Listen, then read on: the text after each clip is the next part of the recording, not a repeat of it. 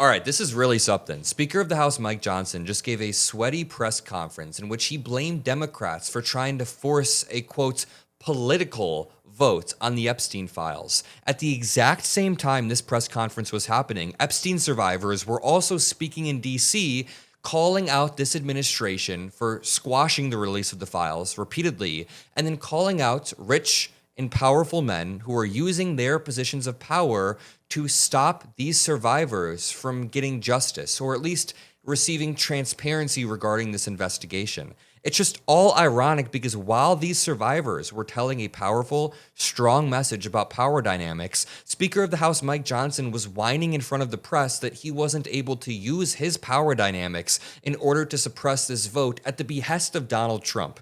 Do not forget, Donald Trump and Speaker of the House Mike Johnson have tried to stop this vote for months and months and months. Right when Donald Trump realized that over 100 Republicans were going to defect and vote against him and vote to release the files, he followed them and said, wait a minute, let's release the files. Let's actually do it. Now Speaker of the House Mike Johnson is caught in an awkward position where he's still calling this a Democrat vote or a political show, a political vote, when Republicans are the ones who are voting now too. All Republicans. Objectives. But with so many pressing issues on our plate, just very frustratingly to us, the Democrats are delaying that work even further with a political show vote. They're forcing a political show vote on the Epstein files. So we're just going to address that right at the top here this morning because they've spent so much time, the Democrats have, spinning the facts and trying to confuse the people that I wanted to come in this morning and just clearly explain for the people back home how we got here and why this vote is happening right now. I love how Donald Trump sends Mike Johnson out to do cleanup for him. I mean, Donald Trump shits all over the Capitol, all over D.C., and Speaker of the House Mike Johnson every single morning of the weekday is out there spinning, running defense. When he says that Democrats are forcing a vote on this, the discharge petition was introduced by Thomas Massie and Ro Khanna, a Republican and a Democrat, respectively. It's not just Democrats. And then the vote that's going to happen today, reportedly, almost every single Republican is going to sign on. Now, it hasn't happened yet, but reports are saying that Republicans are going to sign on. Thomas Massie, at the same time, calls out Mike Johnson for trying to save face. Is that what you think? That's the motivation from the Speaker? I think the Speaker wants to save face. He's going to vote for a piece of legislation today that he's disparaged for 4 months.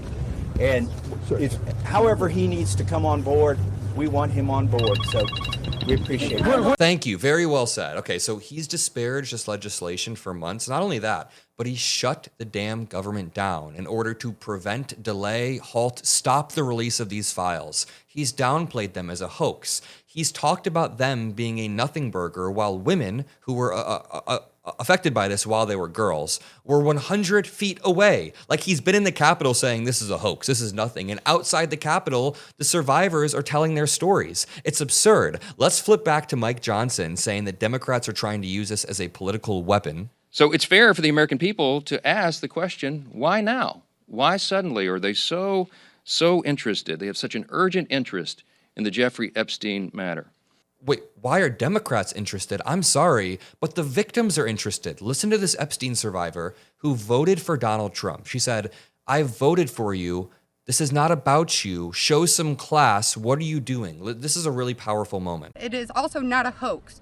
We are here as American survivors of a man who used his wealth and power to hurt young girls and women. The world should see the files to know who Jeffrey Epstein was and how the system catered to him and failed us. Emotionally, this process has been distressing. First, the administration said it would release everything and then applauded President Trump for that. Then it fought to release nothing. Now that checks and balances of our democracy have worked and the bill is getting passed to release the files, we are hearing the administration say they intend to investigate various Democrats who were friends with Epstein. I beg you, President Trump, please stop making this political. It is not about you, President Trump.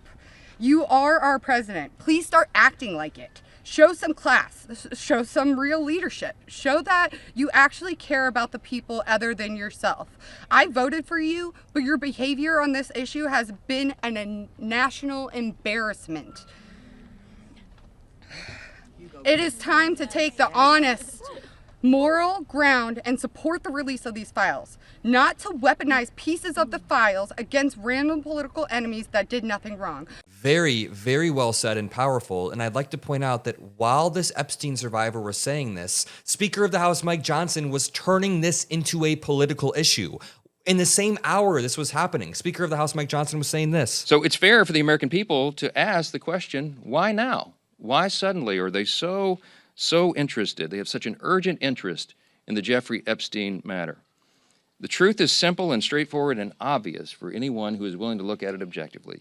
Clearly, this is a political exercise for Democrats and a few others, sadly, and it is as deceitful and dishonest as their pointless stunt to shut down the government. Same ideology behind this. Democrats are trying to use the Epstein matter as a political weapon to distract from their own party's failures. And really quickly, have you ever asked yourself, who's reading my email? Because with the current government's overreach, the NSA and FBI can legally monitor your messages and even buy your private data. It's true, look it up. That's why I use Proton Mail to send and receive messages. They have end-to-end encryption, meaning nobody can read your emails but you. And they're based in Switzerland, outside of US jurisdiction, meaning they're protected by actual privacy laws, like legitimate privacy laws. And it makes surveillance like Section 702, which allows the government to access any of your data without your knowledge, and makes that all completely powerless and just useless. You now have your own privacy. If you're coming from Gmail, they have a tool that makes switching over basically just 1 or 2 clicks. It's the easiest way to protect yourself. So go to proton.me/Adam, click the top link in the description, and sign up for a free account right now. Again, go to proton.me/Adam for a free account. Thank you. Democrats are trying to use the Epstein matter as a political weapon to distract from their own party's failures. What? Which party is in power right now, dog? There are 3 different power blocks. There's the House, the Senate, there is the presidency. Those are the main 3. Of course, there's a Supreme Court and other checks and balances, but they're all dominated by Republicans right now. Republicans are the ones that are in power, and he's trying to say that Democrats want to distract from the failures of the government. The failures of the government are coming from Republicans, dude. I mean, honestly, us talking about Epstein is taking real estate away from us being able to talk about Donald Trump's terrible economy, which I'm making videos about as well. But we're doing you a favor by not talking about the economy. People can feel that on a daily basis.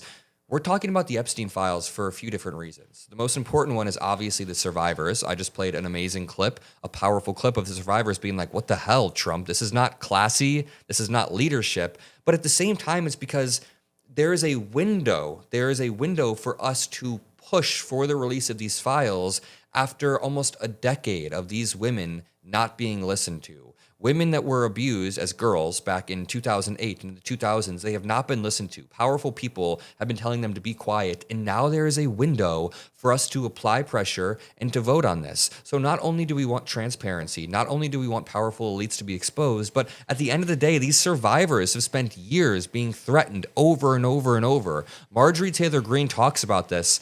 It's kind of weird looking at the difference, the divide. Marjorie Taylor Greene on one side, outside the Capitol, and then inside the Capitol, we have Speaker of the House Mike Johnson. Interesting divide happening here. By the way, Mike Johnson seems to be a bit late because 48 hours ago, Trump came out in favor of the release of the Epstein files. So Mike Johnson is still like days behind, saying that we don't want the release. While I want to see every single name released so that these women don't have to live in fear and intimidation, which is something I've had a small taste of in just the past few days, just a small taste. They've been living it for years. But the real test will be, will the Department of Justice release the files? Or will it all remain tied up in investigations? Will the CIA release the files? Will a judge in New York release the information? That's information that needs to come out.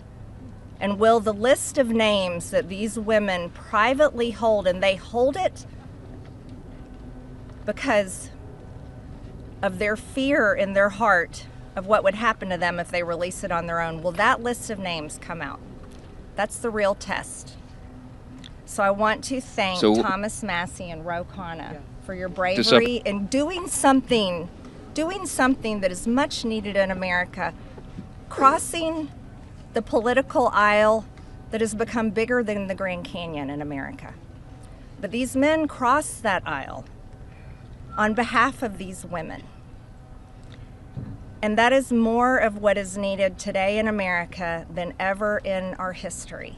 Okay, Marjorie, don't act like you weren't being super divisive like 4 months ago. I mean, I think that it's great Marjorie and Ro Khanna and Thomas Massie were able to put partisanship aside and work on this. But dude, Marjorie, you were fine with Trump's inflammatory style of politics just months ago. I'm not saying that anyone should get death threats, but when Marjorie Taylor Greene is coming out and saying, why is the MAGA base so violent? Dude, you're years behind. You've been helping stir this pot for a while. Marjorie then points out that she had to fight against the most powerful people, Donald Trump, the president, And that's everyone. what we did by fighting so hard against the most powerful people in the world, even the President of the United States, in order to make this vote happen today. I was called a traitor by a man that I fought for 6 years for. Okay. The caveat here is that while she was fighting for him for 6 years, he was calling everybody a traitor. Top military generals, Mark Milley, he was calling a traitor. Biden was a traitor. Obama was a traitor who belongs in jail, according to Donald Trump. And Marjorie said nothing. Marjorie said nothing while Trump said all of this. Now that it's aimed at her, now that the ire of the MAGA fan base is targeted at her, all of a sudden she is woken up. I'm not super sympathetic. All of that being said, nobody deserves death threats or to be the target of the MAGA ire. Nobody deserves that. And then to continue, while this is happening, Speaker of the House Mike Johnson, essentially within the same 30-minute span, is trying to dominate with his own narrative. And he's saying national security concerns are overriding the demands to release the Epstein files. MeidasTouch points out, oh, he's scared. He's scared of what's happening. All right. Number 5, national security concerns, okay? The discharge requires the Attorney General to release within 30 days, quote, classified information to the maximum extent possible. This ignores the principle that declassification should always rest, and always has rested, with the agency that originated the intelligence. Why? So that they can protect their critical sources and methods. It is incredibly dangerous to demand that officials or employees of the DOJ declassify materials that originated in other agencies. And He's so dishonest.